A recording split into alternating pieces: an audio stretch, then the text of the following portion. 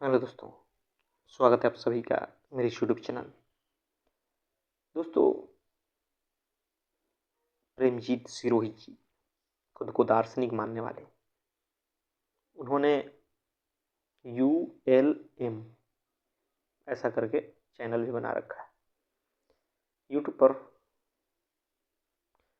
बहुत सारे आचार्य जी की बातों को भी काटते हैं, बार बार समझाते हैं आचार्य जी को, देखो ऐसे नहीं ऐसे होता है, ये ऐसे नहीं ऐसे होता है। और भी दूसरे लोगों को सबको बुला के तर्क करते हैं और दावा ठोकते हैं कि जो तुम बता रहे हो वो सारा गलत है। जो भी लोग हैं वो सारे गलत हैं, क्योंकि इस प्रकार समाज में परिवर्तन आ ही नहीं सकता है, दुनिया बदल ही नहीं सकती है। उसके लिए ज़रूरी है व्यवस्था को बदल देना, क्योंकि व्यवस्था ही सारे समाज को प्रदूषित किए हुए है। व्यवस्था के कारण ही कोई व्यक्ति अनपढ़ रह जाता है, गरीब रह जाता है, कोई व्यक्ति अशिक्षित रह जाता है। बहुत सारी बातें करते हैं और मुख्य रूप से वो सबको काटते ही हैं, सबके विचारधारा को। उनके सुनने वाले, उनको मानने वाले, उनके ULM का प्रचार करने वाले जो हैं, उनके माध्यम से मुझे भी वो किताब मिली PDF में, जिसमें वो दावा करते हैं कि सारे सवालों का जवाब है। उसमें एक ऐसा उन्होंने व्यवस्था बना दिया है कि उस व्यवस्था को दुनिया में लागू कर दिया जाए तो पूरी दुनिया सुधर जाएगी, सारे समस्याएं समाप्त हो जाएंगी, आदमी आनंदित हो जाएगा, उसके जीवन में मौज ही मौज होगा, आनंद ही आनंद होगा, सुख ही सुख होगा। तो मैंने भी पढ़ डाली, देखें भाई क्या है, लेकिन कसम से 100 पेज पढ़ते पढ़ते बोरिंग लगने लगी, क्योंकि कुछ बातें मैंने उनकी सुन भी रखी है, लेकिन फिर भी खींच करके 200 पेज पढ़ ही गया। कुछ खास नहीं किताब में, जो व्यवस्था बता रहे हैं मैं बताऊंगा कि उसमें दोष क्या है। उन्हें लगता है कि सारा चीज़ व्यवस्था के कारण है, यही तो सबसे बड़ा दोष है, क्योंकि व्यवस्था कोई खराब नहीं होता, व्यवस्था को खराब करने वाले लोग होते हैं। और लोग को सुधारने के लिए उनकी समझ जरूरी है, उनके भीतर की जो चेतना है वो समझदार होनी चाहिए,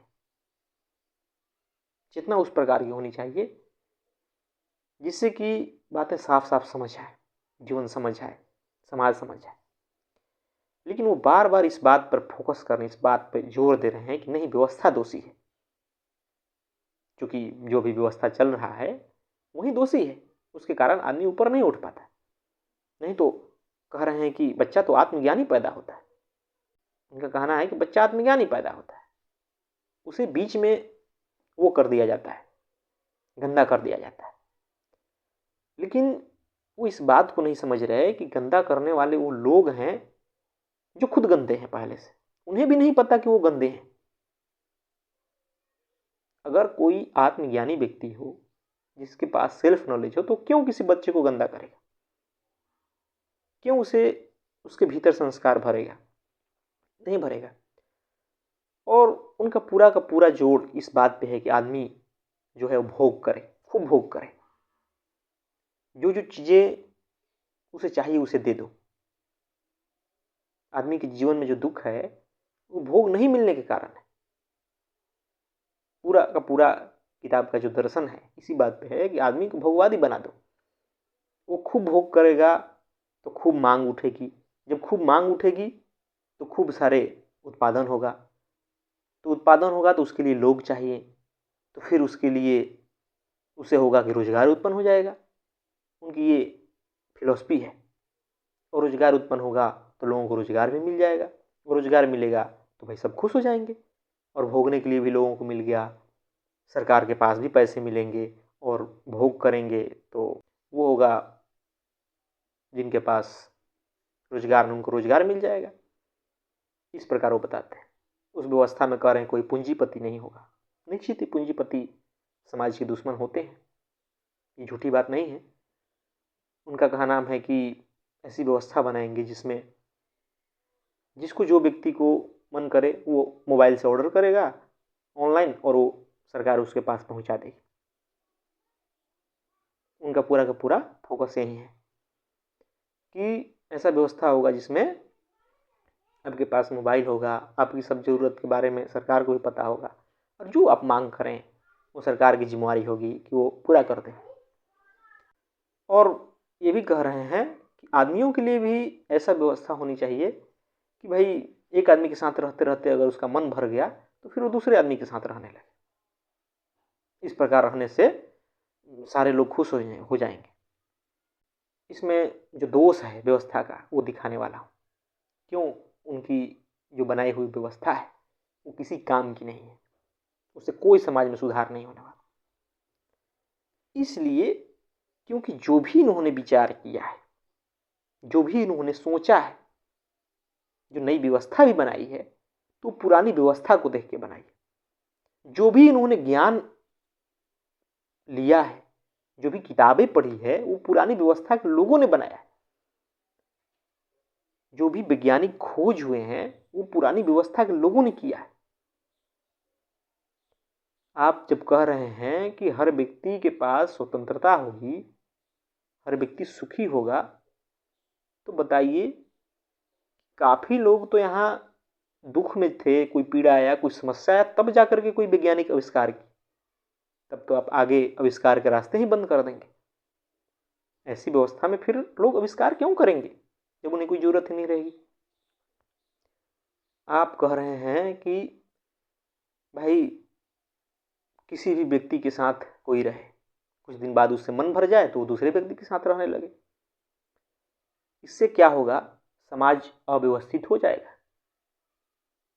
समाज बिल्कुल वैसे नहीं रहेगा जो आप स्वतंत्रता दे रहे हैं और फिर कह रहे हैं कि परिवार खुश रहेंगे। अरे भाई परिवार माने होता क्या है? फिर क्या परिवार का भी अस्तित्व रहेगा?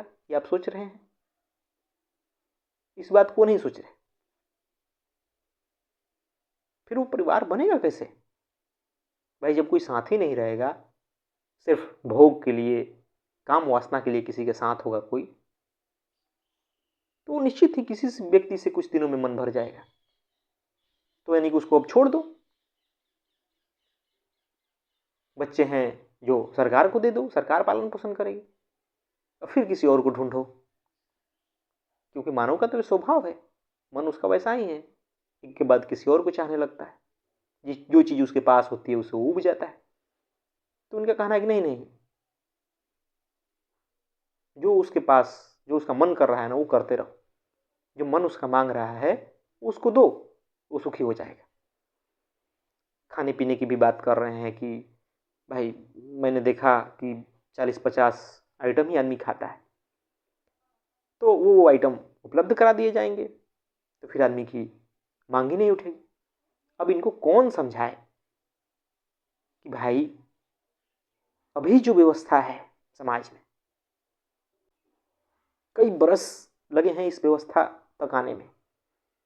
कितने युद्ध हुए, कितने संघर्ष हुए, कितनों ने दुख झेला, कितने लोग मरे, तब जाकर के यहाँ तक व्यवस्था आई है। ये कोई एक दिन की उपज नहीं है, किसी के विचारों की उपज नहीं है व्यवस्था। ये किसी ने सोचा है आपकी तरह और बना दिया है। और आप जो व्यवस्था बता रहे हैं, आपने कहाँ प्रयोग किया है, कितने दिन उस पर देखा है करके? आपने जिन मनुष्यों का उदाहरण उठाया है उस व्यवस्था के लोग हैं कि आदमी के पास इतनी ज़रूरतें होती है, इतने उसके मन करता है तो ये करना चाहिए, उसका मन ये करने को करता है, उसका सुख कुछ और नजर आता है। लेकिन आप अभी उस मनुष्य से परिचित कहाँ हैं जो आपकी व्यवस्था के हैं? आप उस मनुष्य से तो परिचित नहीं है। वो क्या करेगा आगे, उसकी सुख के साधन क्या होंगे? आप तो जो अभी सुख के साधन बता रहे हैं वो तो इस व्यवस्था के लोग हैं। कुछ साल उस व्यवस्था में रख के देखिए किसी को, और तब देखिए कि भाई उसकी क्या ज़रूरतें हो रही हैं। ऐसे ऐसे इनकी बातें हैं और दावा करते हैं कि आदमी को भाई भीतर से बदलने की ज़रूरत नहीं है, उसे व्यवस्था दे दिया जाएगा तो सब अपने आप बदल जाएगा। और इन्होंने ये व्यवस्था बना लिया है। और बहुत सारी बातें जो ख्याली पुलाव है और कुछ नहीं। और तो और सबसे इनकी व्यवस्था वहीं भ्रष्ट हो जाती है, वहीं ध्वस्त हो जाती है, क्योंकि जहां ये सारा खोज, सारा ज्ञान उससे लेते हैं जो वो पहले से व्यवस्था है, वहीं आपकी व्यवस्था समाप्त हो जाएगी। क्योंकि जो आप शिक्षा ले रहे हैं, जो ज्ञान ले रहे हैं, जो बातें पढ़े हैं, वो सारे के सारे इस व्यवस्था के लोग हैं भाई। आप जो व्यवस्था दे रहे हैं उसमें कहाँ कोई था, तो वहीं सारी की सारी समाप्त हो गई। और आप दावा कर रहे हैं कि व्यवस्था सबके लिए अच्छी होगी, होगी। आप सिर्फ कल्पनाओं में जी रहे हैं। आदमी को अभी आप ढंग से जाने ही नहीं कि मनुष्य होता क्या है। आपको लगता है कि भाई उसके जो मन में आ रहा है ना वो पूरा कर दिया जाए तो वो सुखी हो जाएगा। अरे भाई, आपको पता है आदमी का मन भी समाज ने बनाया है। जो जो चाह रहा है वो समाज के कारण चाह रहा है। किसी व्यक्ति को ले जाकर टापू पर रख दें और उससे पूछेंगे सुख के साधन, तो कुछ और बताएगा। उसके पास एसी, फ्रिज, कूलर रख देने से कुछ नहीं होगा। वो समझेगा नहीं कि किस लिए मुझे दिया जा रहा है। और ये कह रहे हैं कि भाई क्लाइमेट चेंज जैसी कुछ होगा ही नहीं। धरती के पास भोग के लिए बहुत सारी चीजें हैं। खूब भोगो, खूब भोगो। भोग से कहीं कुछ नहीं होने वाला है, क्योंकि बहुत साल पहले भी ऐसा कहा जा रहा था। इससे साबित होता है कि इन्हें अभी जो पर्यावरण की भयावह स्थिति है उसके बारे में कुछ पता ही नहीं है। और ये जो कह रहे हैं कि भाई बहुत सारे रोजगार पैदा होंगे, तो इन्हें ये पता ही नहीं है कि भाई टेक्नोलॉजी के आ जाने से बहुत सारे काम अपने आप ही हो रहे हैं। हजारों लोगों को लात मार दिया है टेक्नोलॉजी ने, तो फिर काहे को रोजगार। और तो और इनका कहना है कि दुनिया में एक भाषा होनी चाहिए। इतनी भाषाओं की जरूरत नहीं है। बताइए, आदमी की स्वतंत्रता छीनना चाहते हैं, आदमी की जो अनूठापन है वो छीनना चाहते हैं। ये तो भाई इस व्यवस्था में रोबोट ही जी सकते हैं, इंसान नहीं। जो इंसान का स्वभाव है, जो उसकी स्वतंत्रता है, जो उसकी जीने की दृष्टि है, वो नहीं। ये कह रहे हैं कि भाई इस व्यवस्था में सबको आज़ादी होगी पढ़ने की। अरे भाई, तो किताबें कब की लिखी हुई है? वो तो पीछे की लिखी हुई है उस व्यवस्था की जिसकी आप बुराई कर रहे हैं। जो सालों सालों की व्यवस्था है उसकी किताबें फिर आप उस व्यवस्था में पढ़वाएंगे। कभी आपने इस बात पे सोचा है? निश्चित ही जो भाई उनके शिष्य हैं, जो सुनने वाले हैं, जिन्हें यूएलएम पसंद आता है, मेरी बात को वहां तक पहुंचा दें। कहे हैं क्योंकि कि जो दोष है वो बताया जाए। तो मैं वीडियो के माध्यम से जो मुझे खोट लगा उनकी व्यवस्था में वो बताता हूँ। जो उनका भोगवादी व्यवस्था है उससे सिर्फ तबाही आएगी, वो किसी काम की नहीं है, वो ख्याली पुलाव है। बस कल्पना में गढ़ लिया है कि ऐसा ऐसा होगा तो ऐसा ऐसा हो जाएगा। धरातल पे उनकी समझ बहुत कम है। आदमी के जीवन को उन्होंने नहीं देखा है और ऐसी व्यवस्था लाने के लिए वो प्रयास कर रहे हैं। उनकी बातों को काट रहे हैं जो सच में समाज में परिवर्तन लाना चाहते हैं। और इनका कहना है कि मेरी किताबें पढ़ो। इतनी बातें हैं, इतनी व्यवस्था है, हर आदमी को कैसे समझाया जा सकता है भाई? और इनको लग रहा है कि भाई मेरी व्यवस्था खूब अच्छी है। अरे भाई, व्यवस्था कोई खराब नहीं होती है, इंसान खराब हो जाते हैं उनकी संस्कार के द्वारा, उनकी शिक्षा के द्वारा। इस व्यवस्था से भी बढ़िया बढ़िया लोग पैदा हुए हैं और आप भी उसी व्यवस्था के अंग हैं। व्यवस्था कोई खराब नहीं है, इस व्यवस्था में भी कोई बुराई नहीं है, लेकिन लोग जो बीच में हैं उनका मन बुरा हो जाता है, उस कारण व्यवस्था खराब हो जाती है। नहीं तो हर व्यक्ति यहाँ इस व्यवस्था में भी सुखी रहेगा। हर व्यक्ति के पास संसाधन पहुंचेंगे, सुख की कमी नहीं होगी। लेकिन चूंकि आदमी का मन बुरा है ना, इस कारण सब चीज बुरा हो जाता है। तो उस मन को बदलने की जरूरत है। व्यवस्था बदलने से कुछ नहीं होगा। मन बदलेगा ना तो आदमी व्यवस्था भी बदल देगा। वो अपने आप व्यवस्था समाज के अनुसार बना देगा। लेकिन चूंकि मन ही नहीं बदलेगा ना, तो कोई व्यवस्था बना ले उससे कुछ होगा नहीं। इस व्यवस्था में आप बता रहे हैं कि भाई जो सरकार चुनी जाएगी, अगर उस सरकार के खिलाफ 10% लोग भी खिलाफ में मतदान कर दें, मोबाइल से मतदान होगा डिजिटल, तो उस सरकार के लिए दूसरा चुनाव किया जाएगा। अरे भाई, जब आपकी इतनी व्यवस्था परफेक्ट है तो फिर ये खराब कैसे हो गई कि 10% लोगों को कहना पड़ रहा है कि भाई ये व्यवस्था नहीं चलेगी? कोई भी व्यक्ति हो सोचे जा रहा है, जो व्यक्ति ये दावा कर रहा है कि सारे जगह सुख होगा, सारे समस्याएं समाप्त हो जाएगी, सब लोग ईमानदार हो जाएंगे, तो फिर ये बात कहाँ से आ गई, ये नौबत कहाँ से आ गई कि 10% लोग चुन के किसी को हटाएं या 10% उसके विरोध में खड़े हो गए? निश्चित ही आपको दिख रहा है कि वहाँ भी खोट है। ये छोड़िए व्यवस्था बनाना और चुपचाप आदमी के मन को बदलने का प्रयास कीजिए। और उसके लिए इतना लंबा चौड़ा व्यवस्था लिखने की जरूरत नहीं है, उसके लिए सिर्फ जरूरत है आदमी को शिक्षित करने की, सही शिक्षा देने की, बस यही पर्याप्त है। अगर आदमी के पास सही शिक्षा रहेगी, सही समझ रहेगी ना, तो वो अच्छी से अच्छी व्यवस्था बना लेगा, जहाँ रहेगा वहाँ व्यवस्था का निर्माण कर लेगा।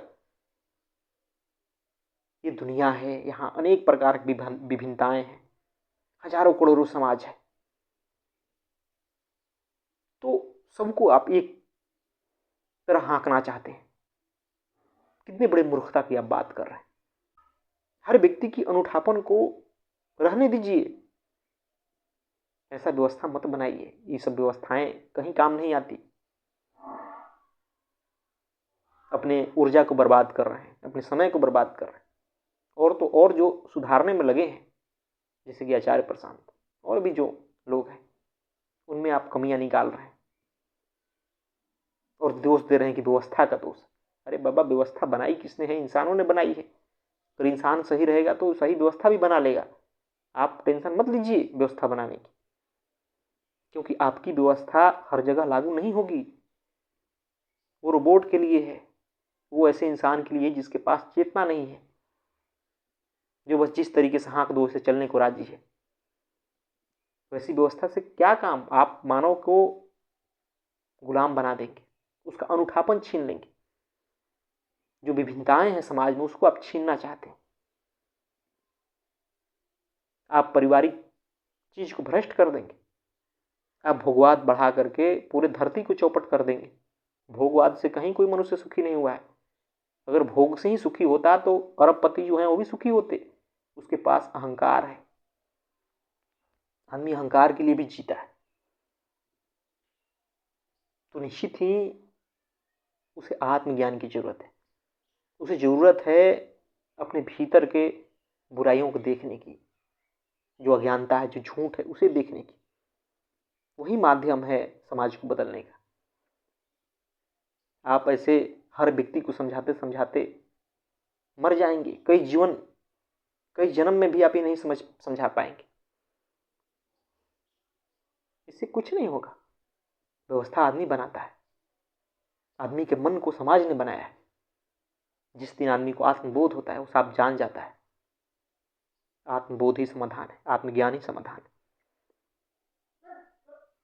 तो निश्चित ही जो ये यूएलएम का प्रचार कर रहे हैं, उनको इस बात को समझना चाहिए। उन्हें विचार करना चाहिए कि जो भी ये व्यवस्था उन्होंने बनाया है, वो उस समाज को देख के बनाया है, उस व्यवस्था को देख के बनाया है जिसकी वो बुराई कर रहे हैं। उसमें रह रहे इंसान को देख के बनाया है जिसकी वो बुराई कर रहे हैं। अभी आपको उस इंसान का पता नहीं है जो कि आपने व्यवस्था बनाया है। उसमें थोड़ा कुछ साल व्यक्ति को रख के देख लीजिए, तब पता चलेगा आपको कि उसकी इच्छाएं क्या है। आपने तो इस समाज को देख के बना दिया। आप कह रहे हैं कि भाई उस व्यवस्था में जाकर के लोग कुछ भी पढ़ेंगे, पढ़ने की आज़ादी होगी। अरे भाई, वो क्या पढ़ेंगे? उसी व्यवस्था के तो पढ़ेंगे सब। आप कह रहे हैं कि खूब वैज्ञानिक खोज होगा, कहाँ से हो जाएगा? आवश्यकता आविष्कार की जननी होती है कहा जाता है। आप तो सबको सुखी बना देंगे, तो फिर लोग खोज क्या करेंगे? आप कह रहे हैं कि जो जिसकी मर्जी होगी वो चीज़ उसको मिल जाएगा, तब तो बच्चा कभी पढ़ने ही नहीं जाना चाहेगा, क्योंकि उसको पढ़ने में मन ही नहीं लगता है। ये बिल्कुल मूर्खतापूर्ण व्यवस्था है। मैं तो यहीं पढ़ के लगा। इससे कुछ हासिल होने वाला नहीं। फालतू के लोगों को ये भटका रहे हैं, बरगला रहे हैं, जिनके पास समझ का अभाव। जरूरी है समाज को शिक्षित करना, जरूरी है समाज की चेतना को जगाना। बस उतना ही पर्याप्त है समाज को बदलने के लिए, आदमी को सुखी रखने के लिए।